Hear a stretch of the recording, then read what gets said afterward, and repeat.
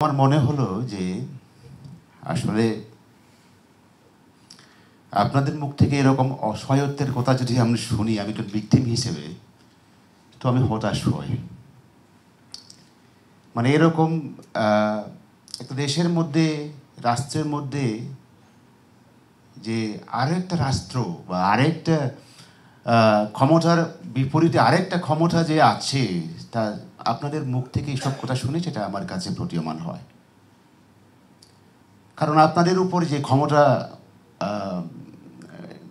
তুলে দেওয়া আছে বা যে ক্ষমতা অর্পণ করা আছে, সেই ক্ষমতা যদি আপনারা না ব্যবহার করতে পারেন, তাদের যে এই গুমের সাথে যারা জড়িত ছিলেন সেটা বিস্তারিত ডিসক্লোজ করার যে বিষয়গুলো আছে, তা যদি আপনারা না পারেন বা আপনাদের পক্ষে যদি না সম্ভব হয়, তাহলে আর আমরা কার কাছ থেকে কী আশা করব? সেটা হচ্ছে আমার উদ্বেগের জায়গা। তো এটা অবশ্য আমি চাই যে এই সমস্ত বিষয়গুলো আর আমরা সামনে যেন না দেখি, সরকারের একটা যথাযথ পদক্ষেপ নেওয়া এবং সংশ্লিষ্ট যেসব বাহিনী সদস্যরা জড়িত ছিলেন বা যে সমস্ত সংস্থাগুলো জড়িত ছিল তাদেরকে জবাবদিহিতার মধ্যে নিয়ে আসা, এবং যেসব ব্যক্তি বা যেসব সামরিক বেসামরিক যে কর্মকর্তারা জড়িত ছিলেন তাদেরকে চিহ্নিত করা এবং চিহ্নিত করে তাদের বিরুদ্ধে আইনানুগ ব্যবস্থা নেওয়া। এখন সংক্ষেপে যদি আমি আরও বলি যে শেখ হাসিনা সে তো পেশিস্ট, তার পেশিবাদী রেজিমে যা যা করেছিল তা তো আমরা জানি। যে গুম ছিল সবচেয়ে একটা বড় যে অপরাধ, তার মধ্যে একটা ছিল। তো এক্ষেত্রে সে তো এই অপরাধটা সে একা করে নাই, তার মধ্যে আরও বড় একটা গ্রুপ ছিল, শুধু দু একজন তো ছিল না, আয়নাগর কারা পরিচালনা করেছিল। তাদেরকে তো আমাদের চিহ্নিত করতে হবে এবং তারা যদি বলে যে তারা কি বলে, তাদের বক্তব্য আমাদেরকে শুনতে হবে। তাদেরকে কে নির্দেশ দিয়েছে, এই আয়নাগর চালানোর জন্য তাদেরকে কে সেই ক্ষমতা দিয়েছে, এসব যদি আমরা না বের করতে পারি, তাহলে তো আসলে এই গুমের যে সংস্কৃতি কথা আমরা বলছি, এটা তো আর মানে বন্ধ হওয়ার হয়তো এই মুহূর্তে এটা হচ্ছে না, কিন্তু নেক্সট যে হবে না তার তো কোনো নিশ্চয়তা থাকবে না। তো এক হাসিনা চলে গেছে, নেক্সট যে কোনো হাসিনা আসবে না, হাসিনার মতো কেউ আসবে না, এমন তো কোনো নিশ্চয়তা তো আমরা দিতে পারি না। তো এই কারণেই সেটা একটা বিষয়। আরেকটা বিষয় হলো যে জবাবদিহিতার আওতায় শুধু ওই সমস্ত ব্যক্তিদেরকে নিয়ে আসলে হবে না, একেবারে রাষ্ট্রকেও তার জবাবদিহিতার মধ্যে নিয়ে আসতে হবে, রাষ্ট্র এবং সরকার যারা ক্ষমতায় থাকে তাদেরকে। এবং রাষ্ট্র, এখানে আমরা বলি রাষ্ট্রযন্ত্র বা রাষ্ট্র ক্ষমতা ব্যবহার, তাহলে রাষ্ট্র তো এখানে ইনভলভ, মানে তার মধ্যেই থাকে। সুতরাং রাষ্ট্রকেও তার যে জবাবদিহিতার মধ্যে আনা এবং তাদের যে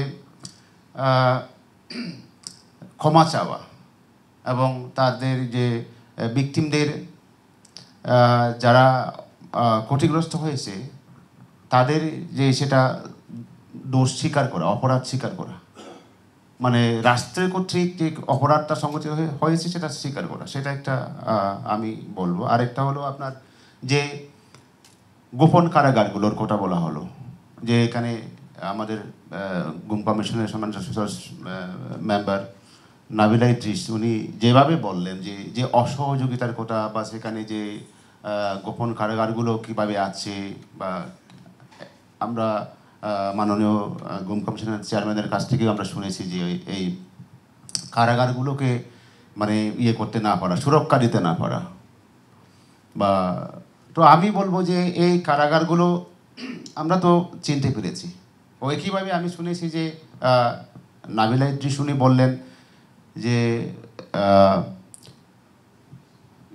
যে জুলাই মিউজিয়াম হয়েছে সেখানে যে আমরা আপনারা যে ইয়েগুলো তুলে ধরেছেন, গোপন কারাগারের যে একটা অবয়ব বা তার যে একটা বানিয়েছেন, সেটা তো একটা ফেক, মানে একটা আদলে বানানো হয়েছে। এখন রিয়েল যে কারাগারগুলো, তার সেই কারাগারগুলোর অবস্থা কী হবে? এখন আমার দাবি হলো যে এই কারাগারগুলোকে হেফাজতে নেয়া, এই যে গুম কমিশনের হেফাজতে নেয়া, এবং এখনও তো স্থান নেওয়া যায়নি, তো এখনও সেই কারাগারগুলো কার হেফাজতে আছে, কারা দেখাশোনা করছে, এটাও কিন্তু আমাদের জানা দরকার আছে। এখন এই কারাগারগুলো কেন আমরা এখনও পর্যন্ত হেফাজতে দিতে পারলাম না, এটা কিন্তু আমরা সেই জবাব আমি চাই। এবং সেই কারাগারগুলো এখন কী অবস্থায় আছে আমরা তো আর প্রতিদিন মানে দেখে আসছি না, এবং সর্বশেষ অবস্থাও আমাদেরকে জানতে হবে যে কারাগারগুলো এখন কী অবস্থায় রাখা হয়েছে, সেখানে যে এভিডেন্স ছিল সেই এভিডেন্স ধ্বংস করা হচ্ছে কিনা, নষ্ট করা হচ্ছে কিনা, সেটা কিন্তু আমাদের জানার অধিকার আছে। এবং এই কারাগারগুলোকে আমার দাবি অবিলম্বে কমিশনের হেফাজতে নিয়ে উন্মুক্ত করে দেওয়া, মিউজিয়াম হিসেবে রাখা, সেই কারাগারগুলোর থেকে যেন আমরা শিক্ষা নিতে পারি যে এই কারাগারগুলোর মধ্যে দীর্ঘদিন ধরে বছরের পর বছর মানুষকে অমানবিক অবস্থায় রেখে গুম করে রেখে দেওয়া হয়েছে, এবং অনেক মানুষকে এখানে রাখার পরও তাদেরকে মেরে ফেলা হয়েছে। এই যেন শুধু আমাদের দেশের নয়, সারা বিশ্বের মানুষ যাতে জানে যে এই গুম যে কত বড় অপরাধ, এবং এভাবে যে মানুষকে কষ্ট করে থাকতে হয়। তো আমি আর বেশি বলবো না, যে আমার সবাইকে আরেকবার বিশেষ করে গুম কমিশন এবং office of the commissioner for human rights যে ইউএনের যে আয়োজিত আজকে এই সবাই গোলটেবিল আলোচনা সভা, আরেকবার সবাইকে শুভেচ্ছা জানিয়ে আমার বক্তব্য শেষ করছি।